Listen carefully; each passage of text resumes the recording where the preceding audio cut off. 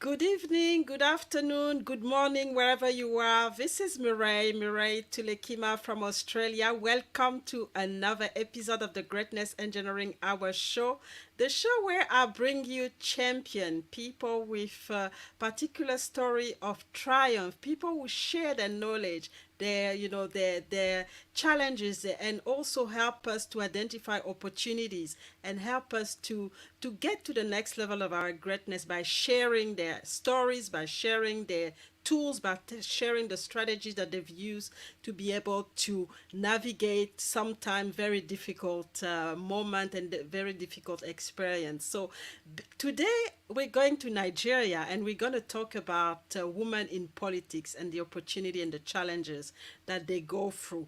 And I hope that you're going to enjoy the conversation. It's a conversation that is of actuality, and it's also Women History Month, so it's good to just have this type of subject when we reflect on how women can take more leadership roles and really have more impact and be really more involved in the political arena, but also in the leadership to help the process being smooth, and also to help us to be able to create the right environment for women to evolve and to grow. So without further ado, I'm going to bring our two guests today, and they will get the opportunity to introduce themselves.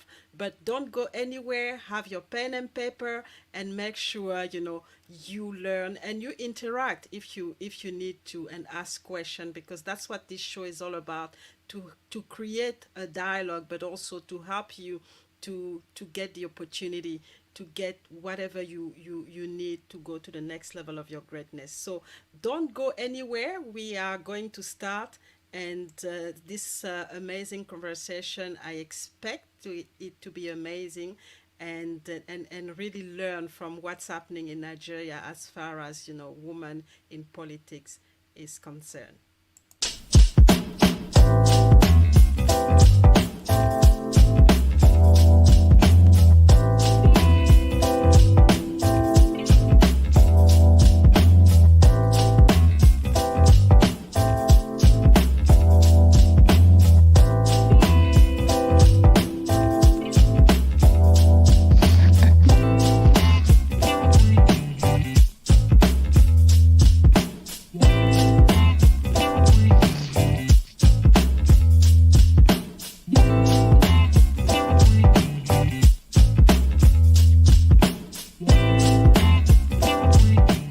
Welcome to another episode of the Greatness Engineering Hour show, the show that is brought to you by the Birai Telekima Global Leadership Organization. Like now. Is it all right? Okay. Let's get started right into it. And that is the power of labels, right? On memories, but as I got older, I started to be more aware of some of the abusive sides of.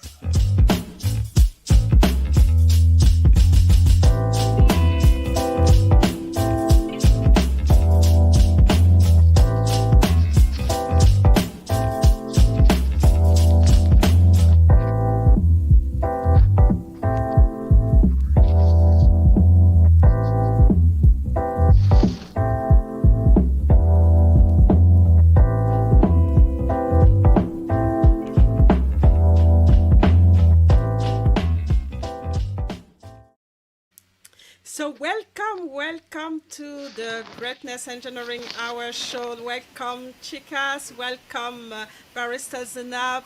It's such a pleasure to have you today to grace, the platform of the Greatness Engineering Hour show. I know Chikas has been, part of the audience from the beginning, and it's such a pleasure to host you today. But before we start our conversation, to understand what the experience that you have being in politics in Nigeria as a woman, I just want you to introduce yourself and let us know who you are, and the most important things you want us to remember about you before we start the conversation on women in politics. So I'm going to start with Barrister Zainab. Please introduce yourself, let us know who you are.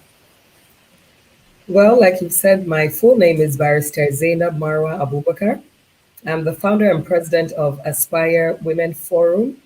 I'm also the national coordinator of the APC Female Aspirants Forum and the secretary in their North Central Supervisory Committee. But I think you said the most important thing. So, the most important thing is that I'm a mother of 5 beautiful children.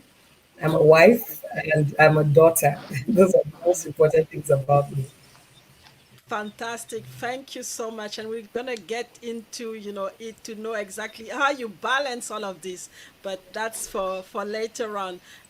So Chikas, welcome to the Greatness Engineering Hour show as a guest this time. And please let us know who you are and what you're up to. Thank you so much, Mira, for having us on the show today. My name once again is Chikas Kumle. I am from Nigeria. I am a politician and a social justice advocate. I am the founder of She Can Lead Initiative. It is a non-governmental organization that encourages, supports, and advocates for women to get on leadership roles. And I am a politician. Thank you so much. So welcome. And my first question for you is, so what actually inspire you to become a politician? Is it, did you have any role models or anything? What really, because politics can be very challenging, especially in Africa. So what actually drove you to become a politician, Barrister Zainab? I think that I've always, from even my childhood, I've always wanted to see a Nigeria that I can be proud of, a Nigeria that would be worthy of having our children live in it. All of us know that in the world, the global issues with regards to governance, policy making, taking the tough decisions do exist. But I never saw a limitation for women. And so I grew up with a mindset of being a nation builder. And I got to a certain stage in my life that when I looked at things, I understood that for you to really make meaningful and lasting change, you can only do so from a position of power. And the power I'm talking about is being in key positions within the government of the nation and being one of the people that can actually create laws that would better fulfill the needs and wants of the citizenry. So in 2019, I ran for the House of Reps in FCT. So FCT is the capital of Nigeria, and it's open. It's not where I'm from originally, but it's open to all the citizens to be able to run for elected position within the city. And so I ran under Amak and Bwari federal constituencies. I got to the stage of the primaries, and unfortunately, I was knocked out. Well, I say unfortunately, but everything that has happened since then is quite fortunate because I've been able to forge a lot of relationships, gain a lot of exposure. I'm quite sure that if I didn't run in the first place, I wouldn't be with you now, Muriel. So I'm very so grateful for the platform that running actually gave me. So to answer your question, I decided to run, I think even for the sake of my children, I would say, because politics affects everything, which is something that I think a lot of people have not yet grasped. It affects every facet of life. So if you're talking about what is not available in the country, that's politics. And as I said, I felt it pertinent to form part of the block of people that take these hard decisions and that can really drive positive change in the nation. Fantastic, and that's a big, a big reason. And like you said, politics affects everything. Sometimes we forget that. We think that there's the world, and then politics is just set aside. That's not the case. We are dealing with politics every day. So, Chikas, what about yourself? I mean, what drove you to be part of to actually get involved in politics? Well, for me, it's a mix of personal experience and also aspiration to see that shared prosperity is meant for everyone as we profess as a Nigerian people. And I grew up from a very humble background, and the environment I grew up in was a rural community. But at that point, we had opportunities to travel to see how things are in other cities. So from a very young age, I had myself talking to my parents and asking questions. Why are these things not happening where I am? And being the last girl of all girls, being the last born of all girls, I grew up in a house where the gender wasn't a barrier for anything. We were encouraged to express ourselves in the best way we can. And we've had all the support to always be expressive about issues that concerns our family and the society. So right from a very young age, I got interested in seeing that I engage myself in community issues because I could remember clearly, even before I went into politics, sometimes I follow my dad to meetings just to go and serve drinks and just to be in that environment where decisions are taken and decisions are made. Barrister Zainab rightly said, well, one of the core areas why most women go into politics, especially in our climate here, is part of the frustration and anger why things are not working the way they are supposed to be working. Right before the show, we're talking about how rich a country Nigeria is. We have so much gas, we have so many resources, both human and natural resources. And then we get the opportunity to travel out to see how things are done in other environments. So we begin to ask ourselves, what then now is the problem? That we're not having enough. Yes, we're having leaders that are trying their best here, but to see how we can improve on that, then the question begins to come into, okay, who is supposed to do that? If we're asking the question, who is supposed to do it, then why can't we be the ones to do it? And so the call came that we begin to answer to our own self to say, these things can be done. And if these things can be done, then we're putting ourselves forward to say, we really want to contribute to nation building. And regardless of our gender, regardless of our background and where we're coming from, we believe that we have the capacity and the know-how to see that if we commit ourselves with a great team of people, we can have this country work for everybody. And so for me, I ran also in 2019 general election. I was a candidate for a state house of assembly, that is Panshi South in Plateau State, Nigeria. I also did not win the election, but the experience, the network, and everything that I got from the election was a blessing. And I'll tell you that if there's any conversation now that I'm more interested in in seeing how we can bring in more women into this, because the issue of women not being leaders is a global issue. It's not just a Nigerian thing. It's not just an African thing. It is a global issue. We need women on decision-making tables. And if there's this global dissatisfaction with the quality of leadership being offered, then it is appropriate that women should step in, offer themselves to serve, because leadership is service. And then most of the leadership in across countries do emerge through politics. So politics itself is good for women. And for me, generally, I don't shy away from it because of so many things that come into play. But part of what you're doing, that's the conversation we're currently having, is one of the things that is helping women like myself have a voice to express themselves on issues of politics and leadership. Thank you. Thank you so much. And I really, concur to what you say. It's like, woman, we need to have this voice because we see a lot of things happening, and the solution are not, brought on the table for people to have a better life, and we need to be there. We need to have this voice. We need to bring, like you said, we are capable. We have the skills. So we need to be on those table to help, bring the world, bring our countries forward.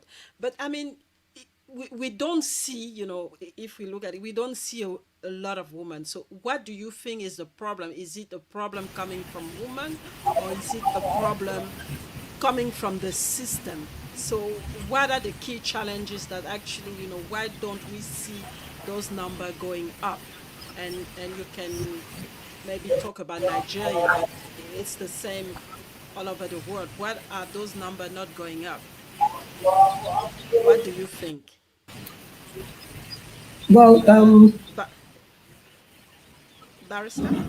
yeah, the numbers are not going up. In fact, they are going down. In Nigeria, in 2019 elections, 23,422 people ran for office. Out of that, only 2,970 were women. And that's, that's a large gap because that's over 21,000 gap. And out of the 2,970, 62, won their seats. So it is an issue, a serious issue that we should be looking at. I think that the reason why these discrepancies are there is vast and varied, but primarily because of the gatekeepers of society. So we're talking about the traditional rulers. Nigerian culture and tradition does not look upon a woman in political position kindly. So even if you go to them and they might tell you that you're welcome to the team, at the end of the day, they won't really support you. They might just smile to your face, but go behind and then work against you. We also have the religion. In as much as from my research anyway, because I'm a Muslim, my mother is a Catholic, and I've asked a lot of questions for Christianity and Islam, which are the main religions in Nigeria. And I've never been given a very good answer or a place to even look in the Quran or the Bible that says, no, women should never vie for office. So the religious issues also exist, but I think that they're more so to do with the interpretation of the religion because, like in Islam, we know that women actually held some very important positions. And the thing is that things are changing because in Nigeria, in the past, we had women warriors. We had Queen Amina of Zazzau, who was an actual warrior, who was a leader of men, of armies. And we had Queen Moremi. We had, the About riot of 1929, when women actually took to the streets and fought for their rights. So I think there has been a disconnect or something has gone wrong because actually right now what we're seeing is different from what was in the past. And I also know that money plays its own role. I'm sure Chikas will speak more about some of the other problems that exist, money and socioeconomic issues and things like that. But primarily I would look at the family as a unit and then the wider unit of the traditional aspect of it, and then of course the religion. Because if you grow up, if you're not as lucky as Chicas to have grown up in a home where they're telling you that you can do whatever you want, of course you're not going to think you can be the president of the country or even run as a counselor or anything smaller than that. So it's the mindset of the people as well. So most of the things that we do in Aspire Women Forum to do with politics centers on mindset reset. So we're looking more at the mind. Because if we can convince the women that they should come out and run, you can see that not a lot of women ran in relation to the amount of men that came out to run. If we can, let them know that they should actually run and also let the men know that they should give them that helping hand. So we do a lot of talking with men, we do a lot of meetings and in integration with the women and the men just to try and get their mind working differently. So I think that these are the main things in Nigeria, but I'm sure that Chikas would also add to that. So, Chikas, what can you add to that? Because there's probably more. Barrister Zainab is absolutely right. These factors she mentioned are one of the key challenges that have been a barrier to women attaining positions of power. Like she mentioned, the social cultural issues, the cultural, the religious interpretations, and then looking at the religious interpretations, most of the pastors and the imams we have are not women. So in that sense, you could see that women are not having enough platforms to express from their own perspective what they feel these holy books are saying. And again, one of the key things that I think this issue is not just in Nigeria, it's a global thing because politics is very expensive, is the issue of funding. Politics is notoriously expensive, whether in Nigeria or wherever you're trying to play politics in the world, it is expensive. And so this is bringing us to the fact that the economic factor, which a lot of women do not have, is limiting the ability and the potentials of women to favorably compete with the men. And talking about funding here, I think one of the things and issues why conversations like this will help is because it's in order to bring in more women, we should be able to tell women what is in the field, what is obtained in the field, so they won't come to realize that, so this thing is like this and no one told them. From the outside, we knew, even I know Barrister Zainab will attest to this, we knew that it was expensive. But the minute you step your foot into the field that you want to run, it's entirely a different ball game. You begin to experience huge demands that are unrealistic sometimes. And then you begin to stretch yourself beyond what you expect or what you budgeted. And then these things happen because the perception of the people towards political leadership is poor. People get to see leadership or politics itself as a means through which people go in to enrich themselves. And then that perception is also affecting how some people get to support women. People will be like, what are you doing here? This is a man's game, and this is a game of money. So the first thing they'll be telling you is go and take care of your family, go and take care of your children, and don't be here talking about the money in politics and all that. So funding, I will emphasize, is a critical area that we need to look into, because it is stopping and it is a huge hindrance to the emergence of women in politics. Other things is other areas that also affect women is the perception of people about leadership. You know, right from primary school, if you are to choose who will be the class captain or a prefect, the first thing that will come to their mind is probably give it to a boy. And at that level, the girls are already disempowered to think that they don't have a say on leading people. And this mixed up with the culture, with the perception of the people, like Zainab also mentioned, is a mindset thing. If the people's mind is changed, like if we have a mindset change, then we're going to have people right from an early stage encouraging girls to see that they have a role to play in leadership. And so once they grow up with that, it's going to be difficult for you to take it out of them when they are old. So these are some of the areas that I believe we really need to look into so that we can help women to get into positions of authority. Thank you. We're gonna have a break, and then we'll come back and analyze all of this, because it's really powerful, especially the mindset thing, and it's a key one to tackle. But we'll come back after this break, after this video, and continue this very important conversation.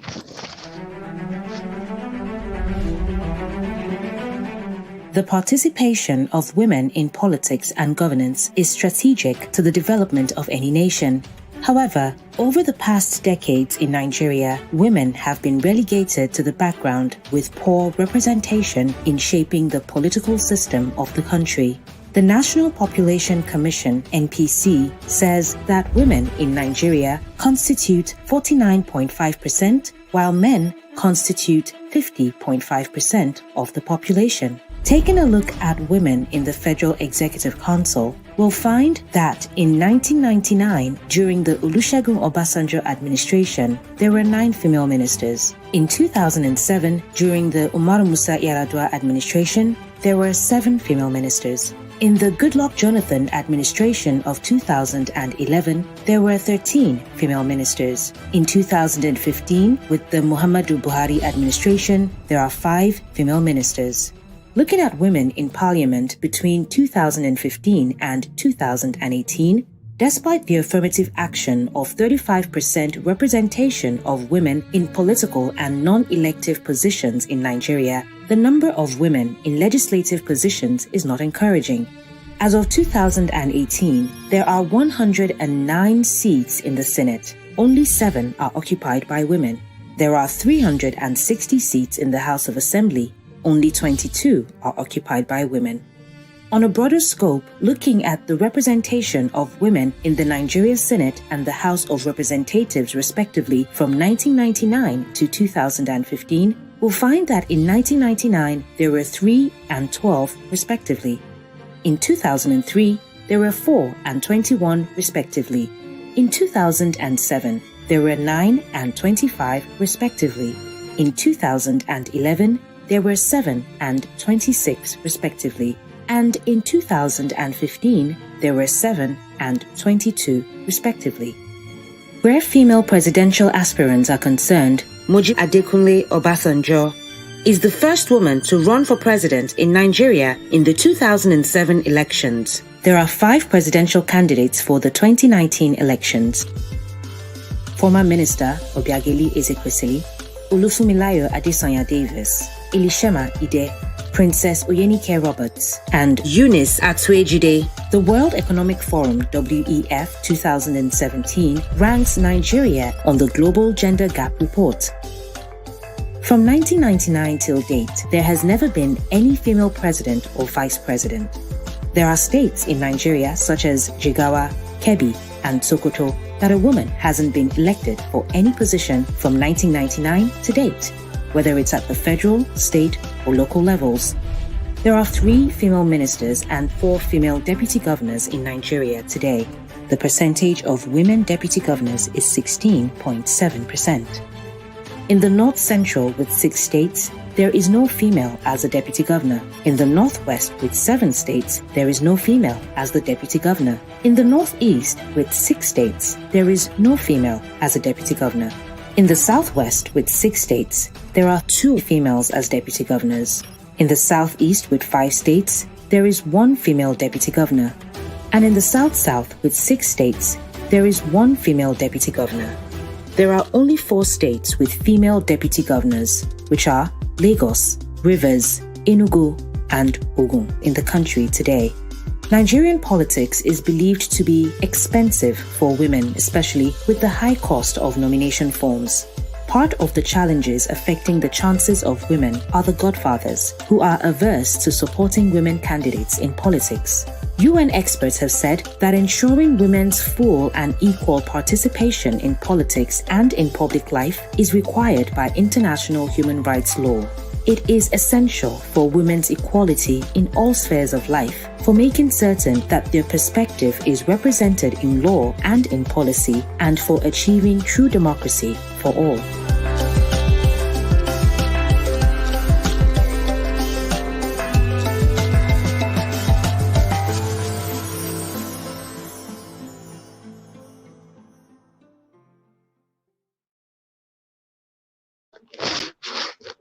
So we are back. That was a old video of before the I think it's 2018, but it gives the picture, and we can see that as we go with time, the women are disappearing. Where are they going? What's going on? So how do you think we can change that, and what do you do as a politician to bring more women into the political arena, Barrister? Well, what we do is that we try to enlighten and educate women on the reasons why they need to come into politics. So on the 7th of March 2021, just a day before the International Women's Day, we had in Aspire Women Forum, we had a little get-together with women, a little sort of seminar. So we brought a lot of young women together. And what did we talk about? We spoke about politics, purely politics.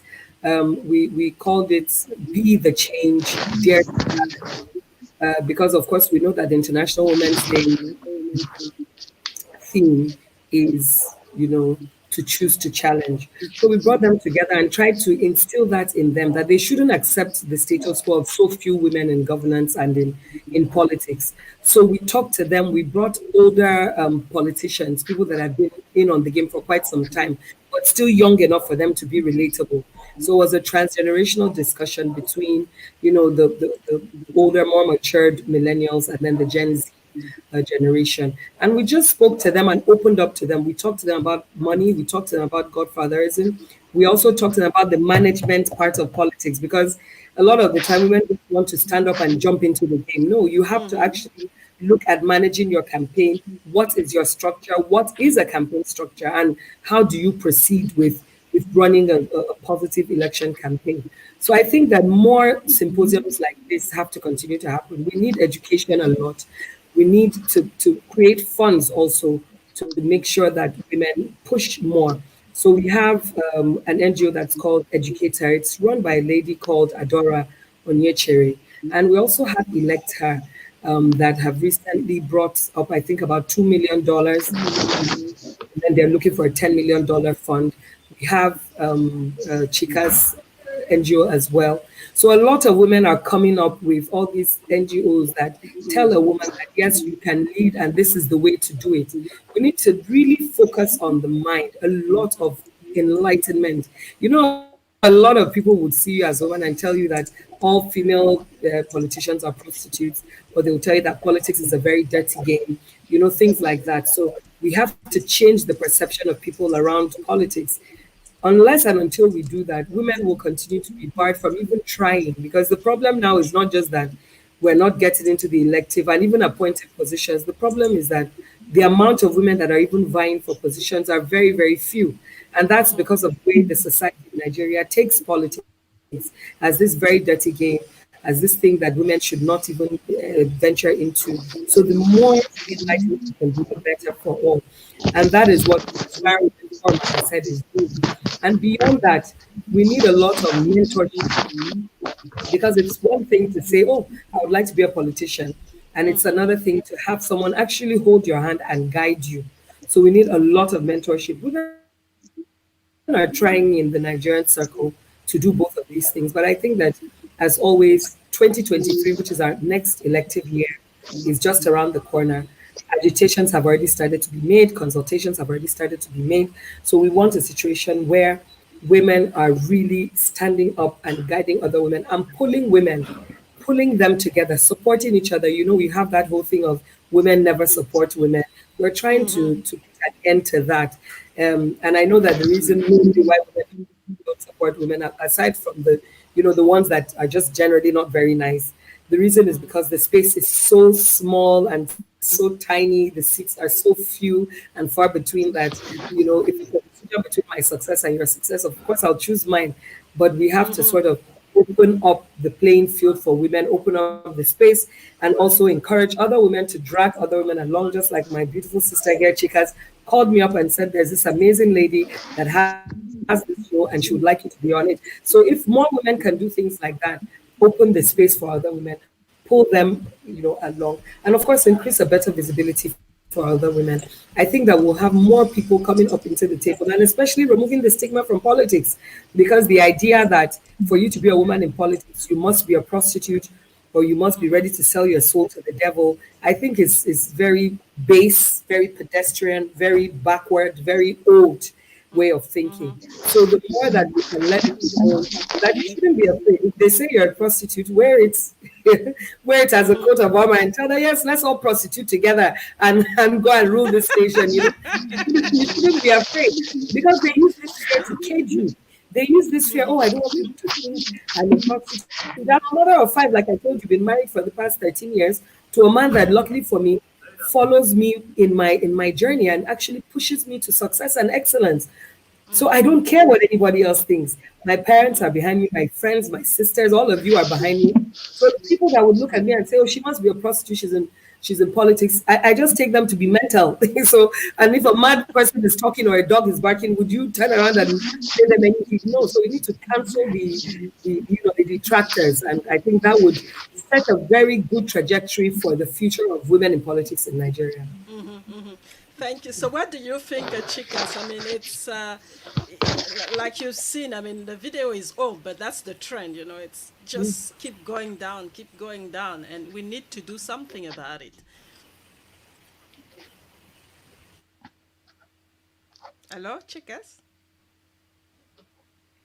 Okay, well, when Barrister Zainab was speaking, I was practically laughing all through, especially that area where she mentioned about the destructive criticisms on women, like she's a prostitute and all that.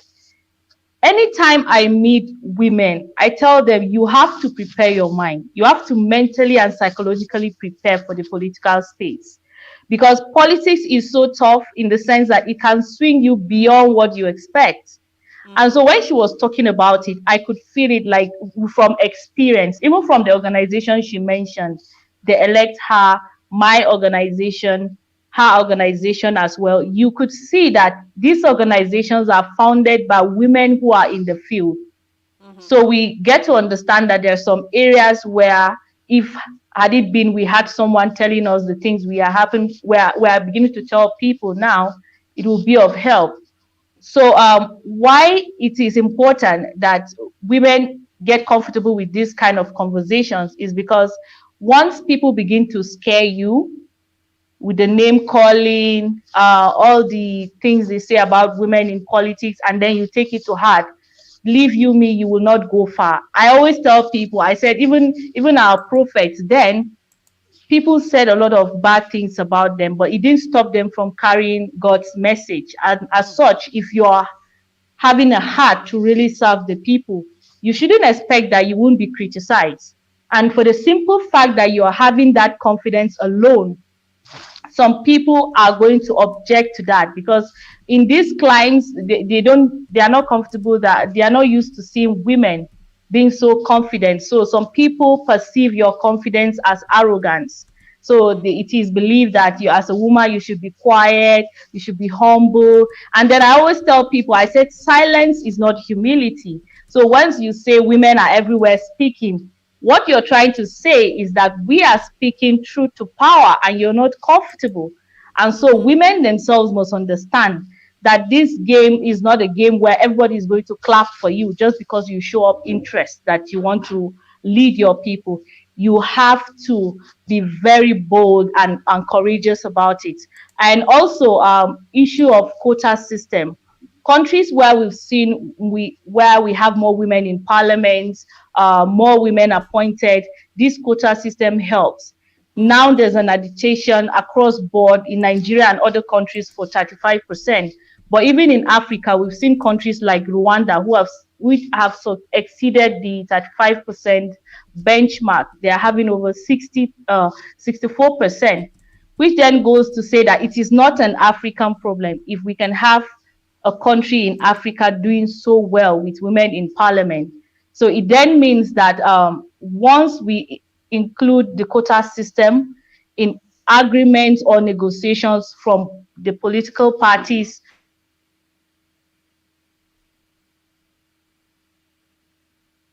number of women on decision-making tables. And then talking about funding again, we need organizations to deliberately and intentionally raise funds for women. Because some of the issues that women face, like we've all mentioned here, is the issue of funding. And if women are to favorably compete, then it is important to have that financial support. And also, the political space must be made in such a way that women will be comfortable in it, like the violence that is being experienced before, during, and after elections. That tends to scare a lot of women because women, we can argue this all day, women are not violent. Women will not wake up to mobilize talks just because they want to serve. And because we don't see leadership as something you do by force. It is a willful offer that you want to serve your people. So the violent political space scares a lot of women. So if that awareness is created, especially to young people, to see why they don't need anyone to tell them to be violent to get him elected, then the space is going to be a little bit better for women. And also the awareness creation, because we emphasize here also about the mindset. Everything starts with the mind.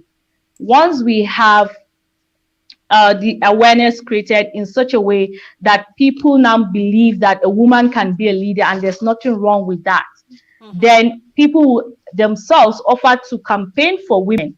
While we are emphasizing on women running for office is because it's two different things here. Once you run for office, you will have your own structure. But once you're appointed by someone, which is also helpful, the minute the person is out of office, you go with the person. That's why Zainab and I are emphasizing on the need for women to run for office. The statistics she gave of the number of women running for office is quite low.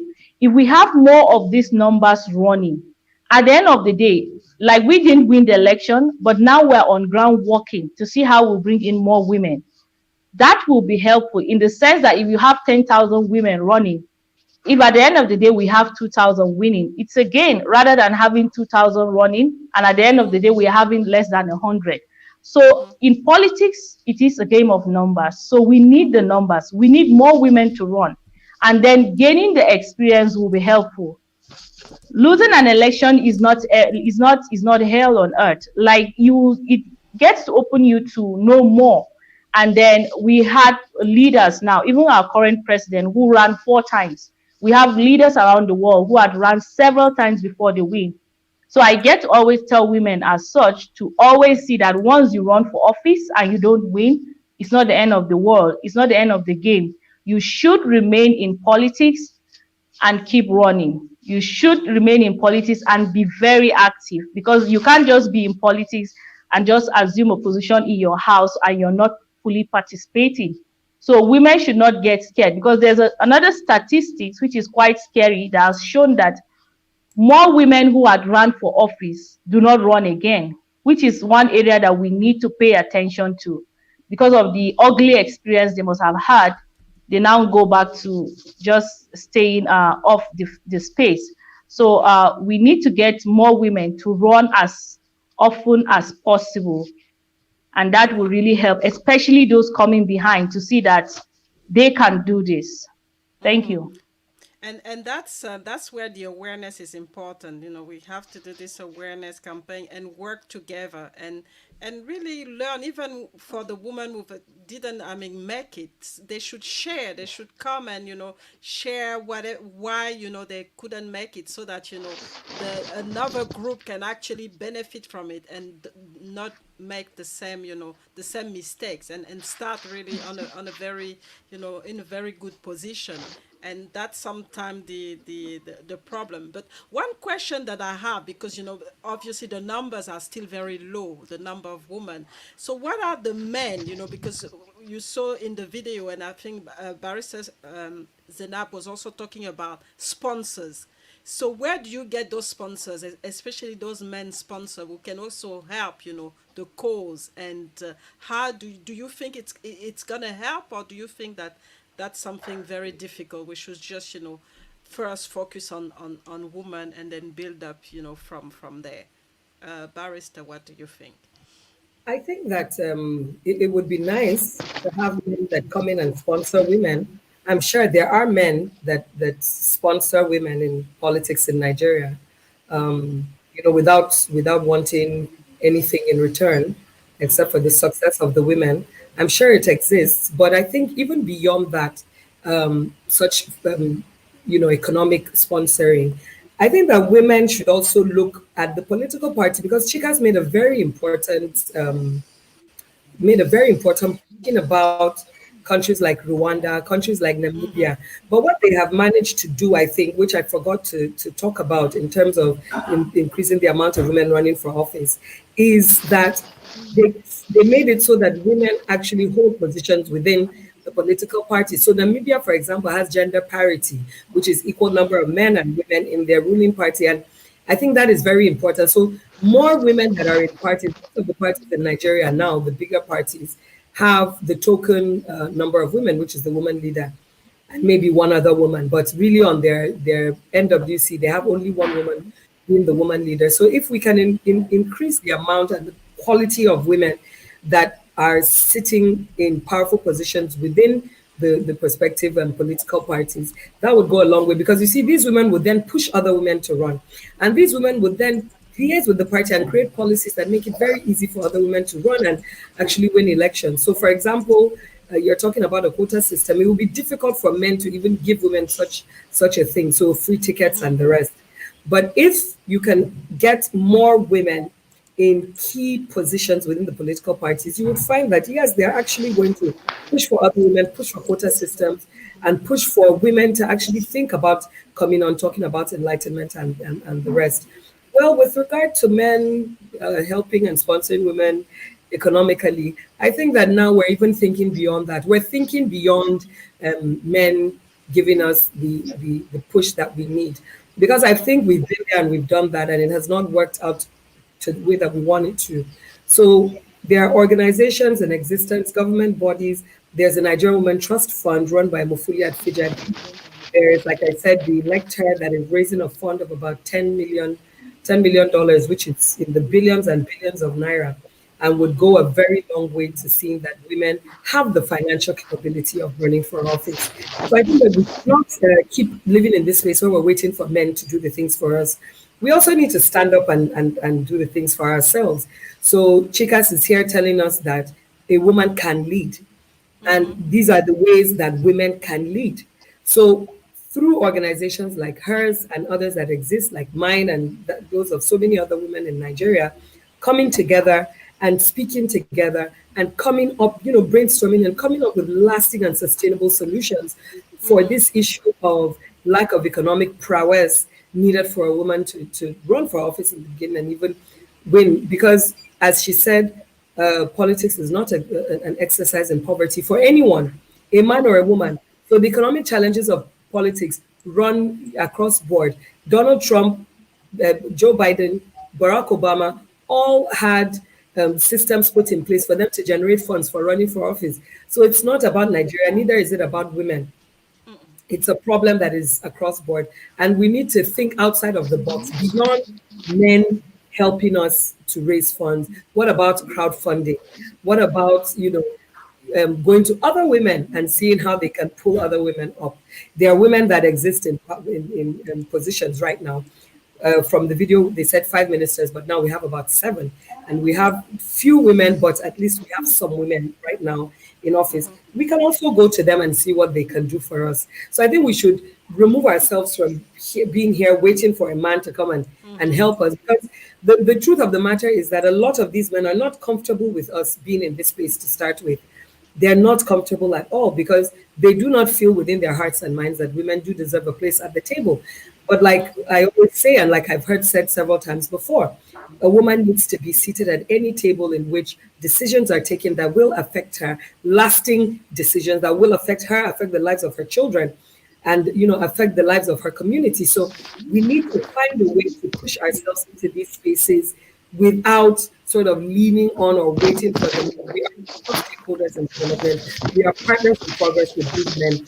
But I don't think that we should be waiting for them to take action. I think that we rise up, begin to take action ourselves, begin to take advantage of some of these, things that are available to us through CSOs, through government-led initiatives that are pushing for women to have more inclusion.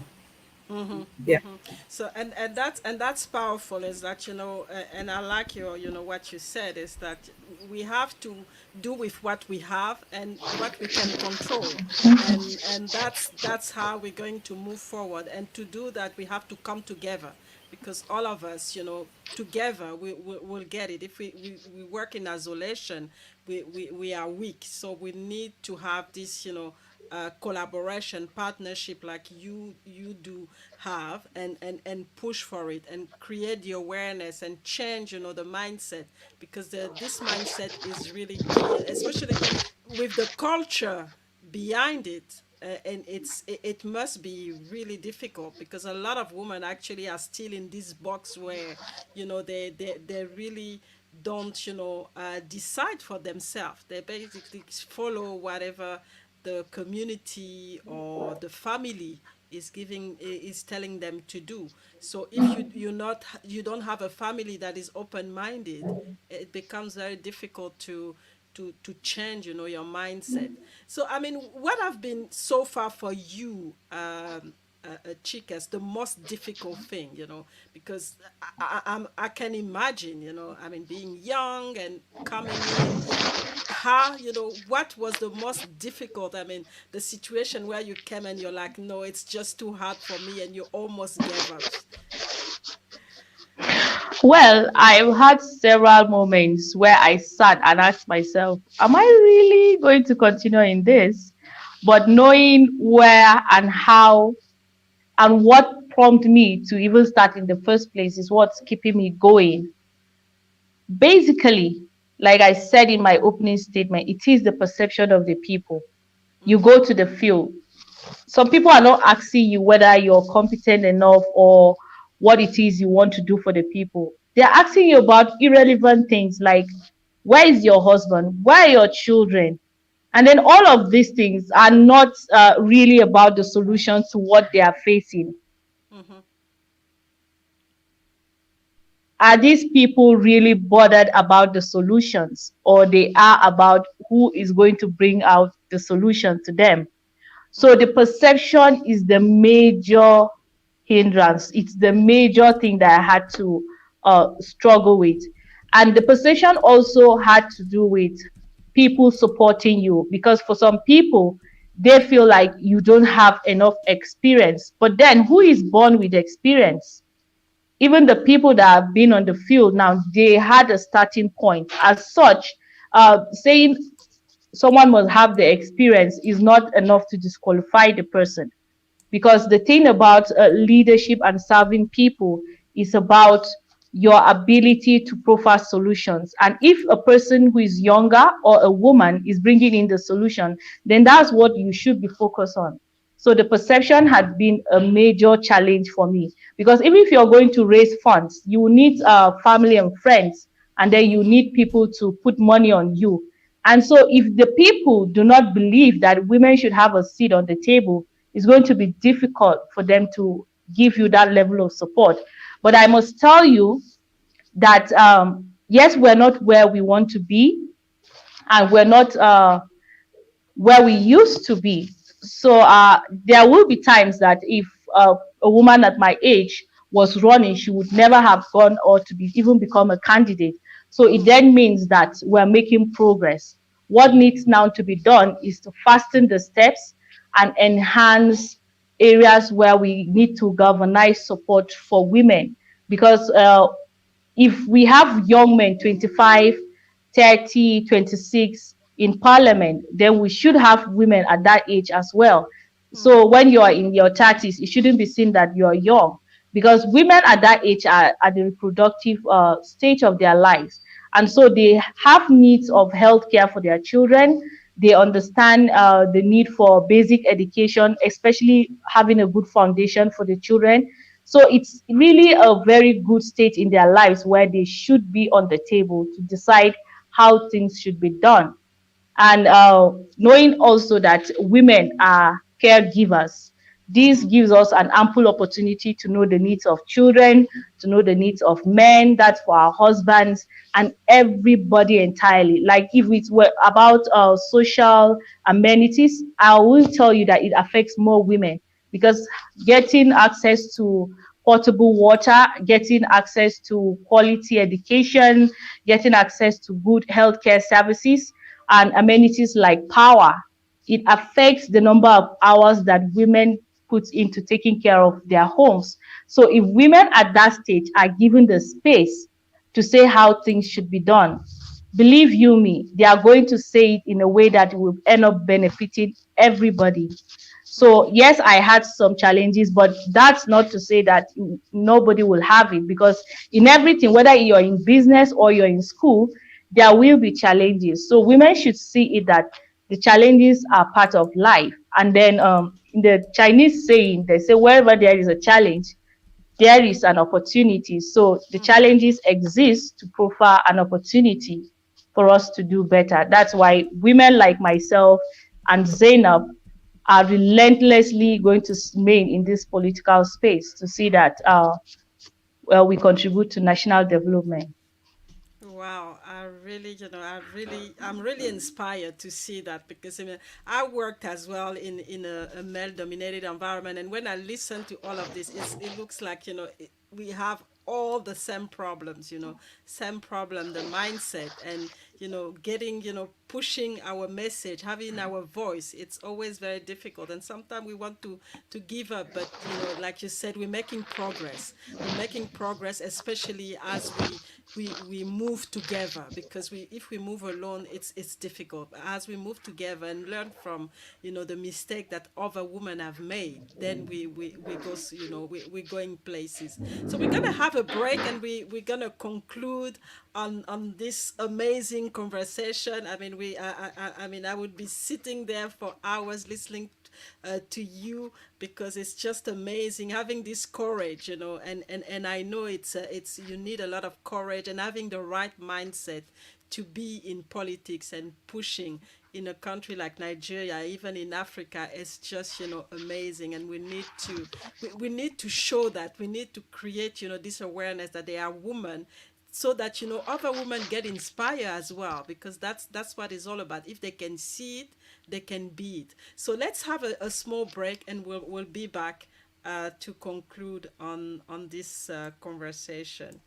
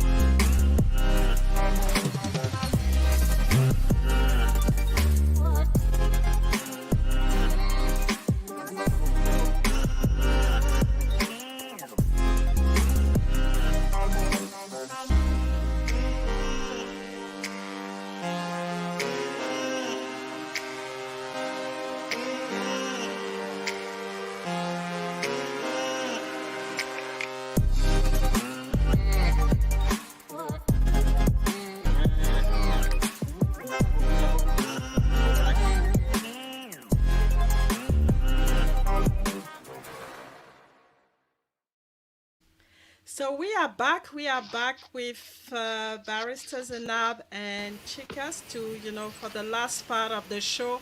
And my question is, and I like this question, is, what is the legacy that you want to leave, as a politician? You pushing, you have to juggle, especially for you, Barrister Zainab, your children, the family, and so what are you working toward? What legacy do you want to leave? The legacy that I want to leave is that of service. I believe that you're not just a leader, you're a servant leader.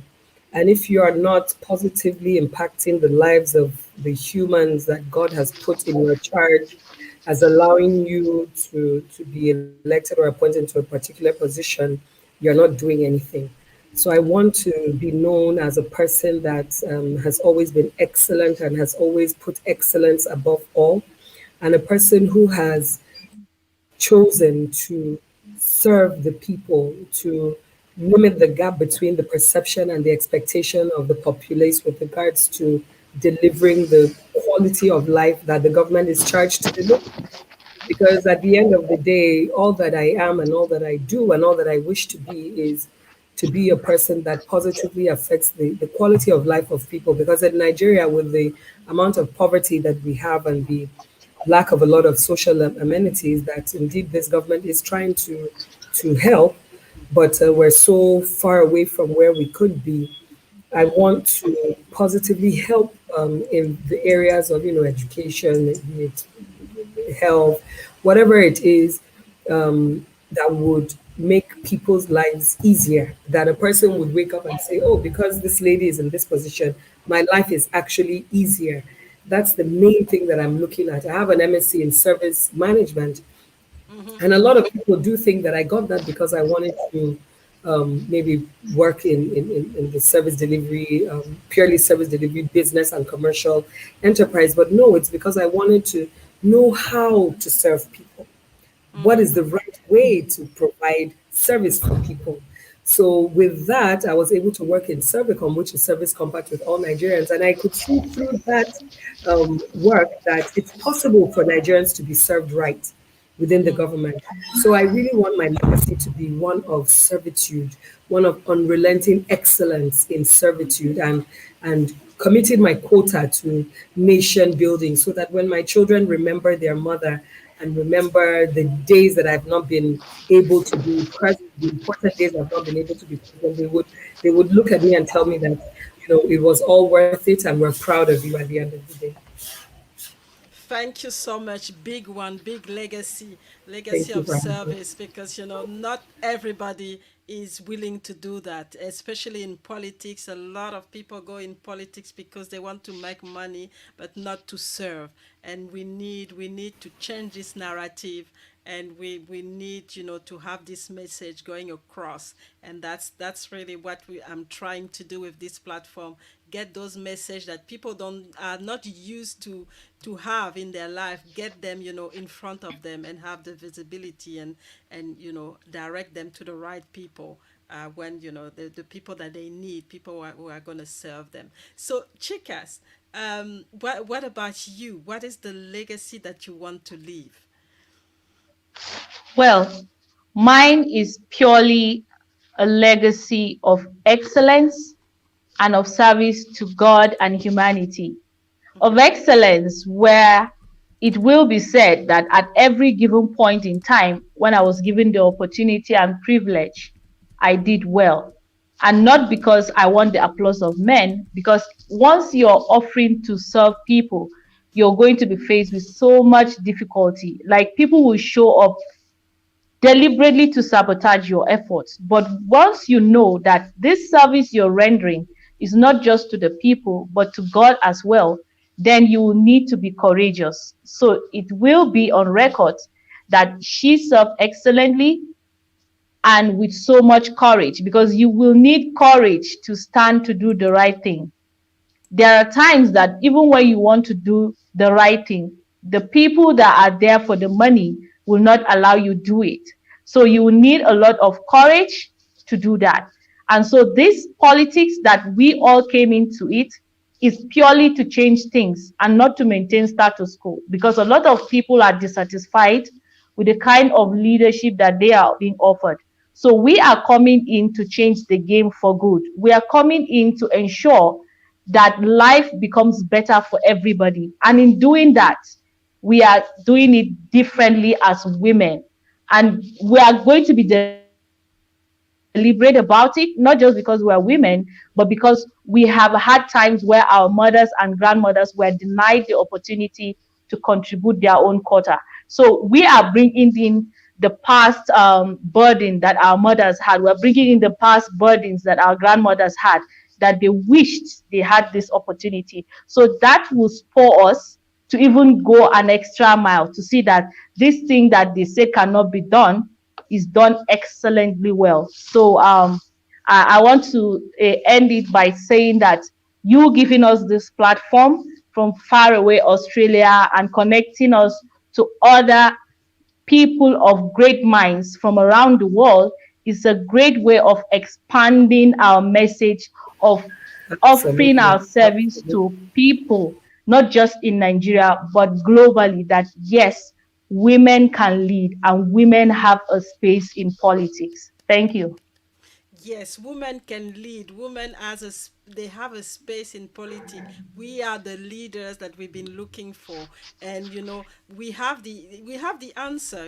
We've been running on a a world full of testosterone. It's about time to dilute this testosterone Absolutely. and bring the feminine leadership to get things done, and to get the result, and make the life of people better, and create a better world, and really capitalize on the leadership that we have. So thank you so much, ladies. Thank you so much for the inspiration, for the insight, and really for fighting in the trenches, because I know it's not easy, but we can't afford to give up.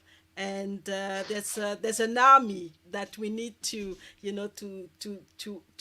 create. We need to create the awareness and create this army of women who are going to be confident and bold, like you said, and really get into the politics to serve, to serve people and to create a better world. So it has been an amazing conversation, And for for the listeners and for those who are going to watch the replay, I hope that you got the message, and please share it. If you are a man, share it with your sister, your mother, your every single woman in your in your neighborhood. Make sure that they're aware of that. That's they have women who actually showing the way, and they can as well, because if they can do it, you can also do it. So don't be afraid. That's gonna be the last word for me. And again, thank you, Barrister, and thank you, Chikas, for your time and Thank for you. really Thank you. opening Thank you up, for having us. this and giving your voice to bring this on and encourage other women to get into politics and to get into leadership. So thank you so much, and I'm gonna be back next week for another episode of the Greatness Engineering Hour show. For now, it's bye bye, and God bless you all. Thank you, and take care.